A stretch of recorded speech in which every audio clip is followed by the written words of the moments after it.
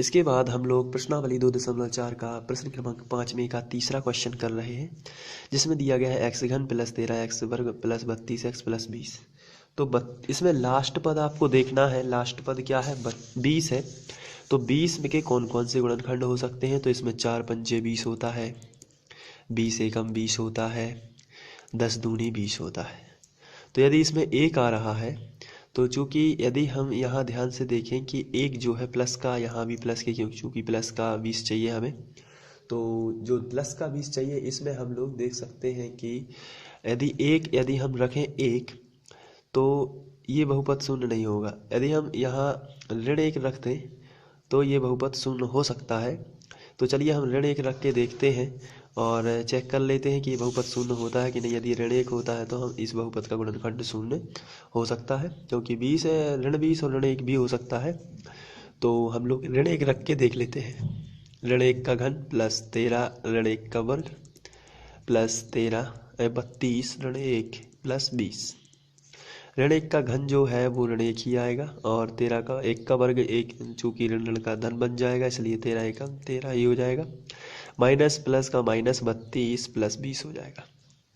यहाँ हम देखते हैं कि 32 और ऋण के 32 और 1 ऋण के 33 हो जाते हैं, प्लस 20 प्लस 13 हो जाते हैं। तो माइनस 33 और 20 प्लस 13 यदि जोड़ देते हैं तो 33 हो जाते हैं। तो इस हिसाब से प्लस माइनस कैंसिल हो जाते हैं। तो हमें फिर ये ज्ञात हो जाता है कि उपरोक्त बहुपद में, पहले आपको लिखना पड़ेगा, उपरोक्त बहुपद का अंतिम पद 20 है, इसलिए अंतिम पद कितना है, 20 है। तो 20 को कैसे हो सकता है, तो ये तो हो सकता है ऋण 4 गुणित ऋण 5 या धन 4 गुणित धन 5, एक तो ये हो सकता है, या फिर ऋण 20 गुणित ऋण 1 या धन 20 गुणित धन 1, ये भी हो सकता है। या फिर यहाँ धन ऋण लगा दीजिए, आप धन धन यहाँ लगा दीजिए, कोई टेंशन नहीं है, ये कैंसिल कर देते हैं। इसके बाद या तो हो सकता है 20 एकम 20 या 4 पंचे 20 हो गया, फिर 10 दूनी 20 होगा, 10 गुणित 2, या तो धन का 10 या धन के 2 या ऋण का 10 ऋण के 2, तो भी 20 ही होगा। इतने सारे गुणनखंड हो सकते हैं, लेकिन इनमें से हमने केवल चुना है ऋण 1। तो उपरोक्त गुणनखंडों में से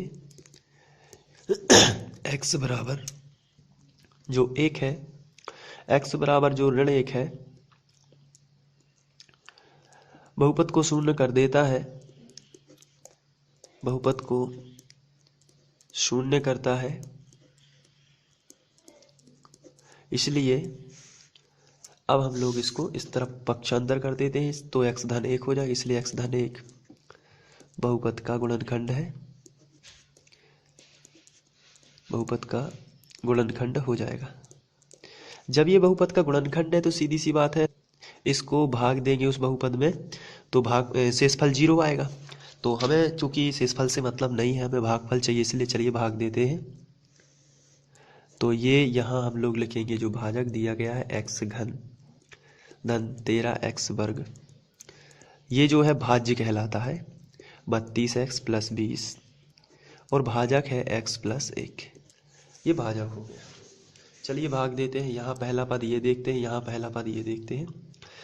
यहाँ पहला पद x घन है, यहाँ x है, तो x वर्ग की कमी आ जाती है, इसलिए x वर्ग का गुणा करेंगे तो आ जाए, इसका गुणा इसमें करेंगे तो x घन आ जाएगा, x वर्ग का 1 में करेंगे तो x वर्ग आ जाएगा।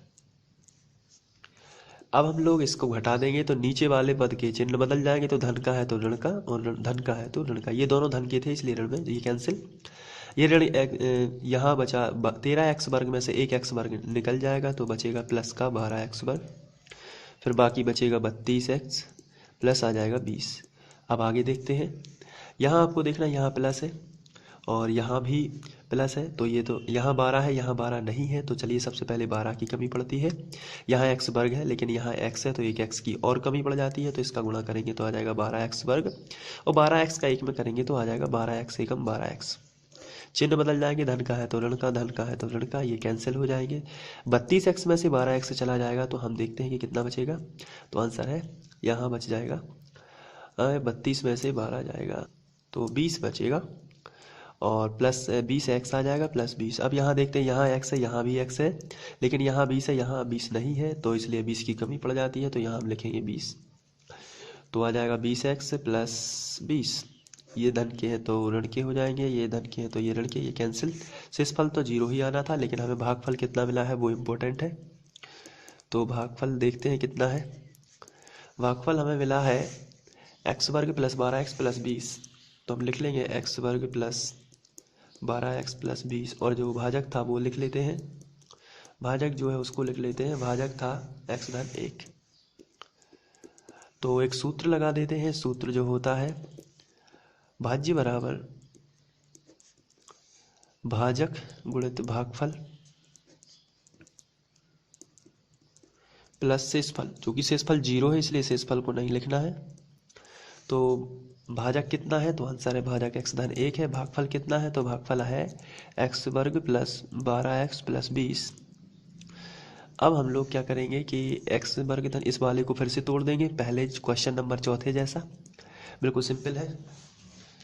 तो लास्ट में क्या लिखा है 20, तो आपको रफ ले लेना है, और लास्ट में लिखा है 20, 20 का गुणा उसके x वर्ग के गुणांक में करते हैं तो 20 यहाँ 1 माना जाता है तो 20 ही आएगा। फिर आपको इसको तोड़ना है, तो ऐसी संख्या खोजना है जिसका गुणा 20 हो, तो 10 दूनी 20 होता है, और 10 और 2 का जोड़ना 12 होता है, तो 10x प्लस 2x, बिल्कुल ही सिंपल है। x वर्ग plus 10x plus 2x plus 20। अब हम लोग यहाँ लिखेंगे x धन 1, और इसको हम लोग कॉमन निकालेंगे, तो यहाँ से x कॉमन निकल आएगा तो x धन 10 बचेगा, यहाँ पे 2 कॉमन निकाल लेंगे तो फिर x धन 10 बच जाएगा। ये हम लोग पहले कर चुके हैं, इसलिए थोड़ा जल्दी में करा रहे हैं क्योंकि ये कर चुके हैं। x धन 1 और x धन 1 x धन 1 दोनों में से कॉमन आ जाएंगे, तो यहाँ बचेगा x प्लस 2। तो ये इस हिसाब से इसके गुणनखंड आ जाएंगे, और बहुत ही सरल है ये वाला क्वेश्चन, तो आप आसानी से इसको कर सकते हैं। Thank you. इसके बाद चौथा क्वेश्चन लेते हैं, और चौथा क्वेश्चन दिया गया है 2y घन धन 2y वर्ग माइनस 2y माइनस 1। तो सबसे पहले तो इसको लिख लेते हैं 2y घन प्लस y वर्ग माइनस 2y माइनस 1। ये बहुत ही सिंपल है, इसमें सब जगह से y कॉमन निकल रहा है, तो चलिए y कॉमन निकाल लेते हैं। यहाँ y वर्ग है, यहाँ भी y वर्ग है, y वर्ग आ जाएगा y निष्ठ, तो यहाँ बच जाएगा 2y प्लस 1। यहाँ से -1 कॉमन निकाल लेंगे तो फिर से आ जाएगा 2y प्लस 1, क्योंकि माइनस जब भी कॉमन निकालता है तो अंदर का चिन्ह बदल के ये हो जाता है। अब ये दोनों कोष्ठक एक से आ जाते हैं, तो यहाँ लिख देते हैं 2y प्लस 1, y निष्ठ निकाल लेते हैं, और अंदर बच जाएगा y वर्ग माइनस 1। इसको और आगे सॉल्व करते हैं तो 2y प्लस 1, और यहाँ हम लिख सकते हैं y वर्ग माइनस 1 का वर्ग। तो इसके जो गुणनखंड निकल आएंगे वो इस तरीके से आएंगे, y प्लस 1 y माइनस 1। तो ये बिल्कुल सिंपल क्वेश्चन है, तो 2y प्लस 1 और यहाँ आ जाएगा y प्लस 1 और y माइनस 1। ये सॉल्व हो जाएगा इस तरीके से। तो इस प्रकार 2.4 समाप्त होती है। अब हम लोग आगे बढ़ते हैं 2.5 पर। Thank you.